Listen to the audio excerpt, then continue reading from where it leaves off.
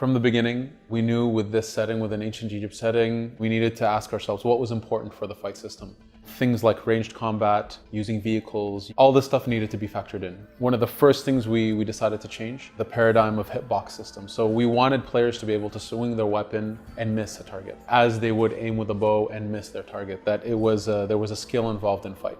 The way combat works in general is that you have a variety of ranged weapons and melee weapons. For the melee weapons, you have this adrenaline bar that fills up based on your actions. Now, these actions based on the weapon could actually increase the amount of adrenaline you gain. So for example, when you attack, you build up adrenaline. The more successful attacks you have. Once this bar is filled, each weapon has its own output of what this means. So sometimes it's a single move that's very high damaging, so you kind of want to choose when to use it. It's a layer on top of the fight that rewards you for playing well, for building up this meter properly. The better you play, the faster this thing will grow.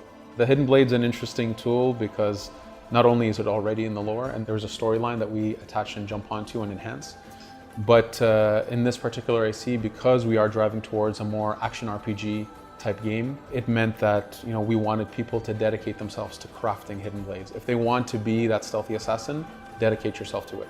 It's not free. So the Hidden Blade in this game is upgradable, and it does stealth damage. And even if you don't assassinate someone, you can still use it and have a good start to your fight, but effectively they can recover from it, take a lot of damage, and continue fighting with you if you haven't leveled up your Hidden Blade. The way crafting works is that it enhances a lot of the stats of the game, whether it's your health, your melee damage, your range damage, your stealth damage. So these are all elements that go through the crafting system that enhance your damage output. So your armors are much more driven through the crafting system, while the weapons and shields are through the gear. There is no concept of weapon degradation. All the gear has levels and rarities. By advancing in the game, facing tougher enemies, higher level enemies, you'll need to also find higher level loot to keep matching with the enemies, because their weapons are also stronger. We don't have a concept of durability, but you will have to find higher level loot, higher rarities, to have better stats, to have more attributes that change the fight itself.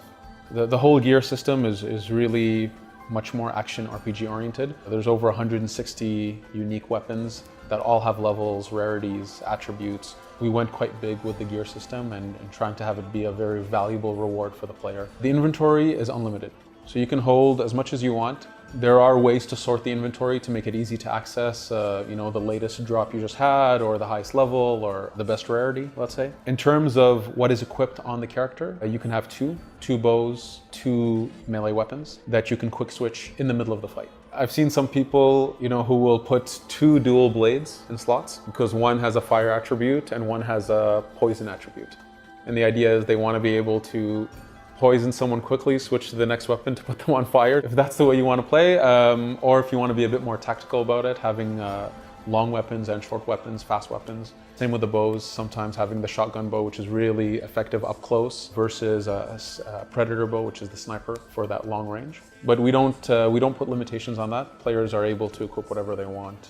We looked at the way people play AC, and we looked at what in our game inside Egypt, what can work really well. So for example, the playstyles that we really push is Hunter. You can be the greatest ranger in the world. There's the assassin style, which is more about stealth damage, more classic, let's say, AC. And then there's the seer, which is more about being a manipulator, using tools, using bombs, using animals even. The point is, craft the character you want to play in this game. What kind of assassin are you? Maybe you're a warrior, maybe you're a ranger, maybe you're a really dedicated, stealthy ninja, and that's okay, that's all valid. Play the way you want.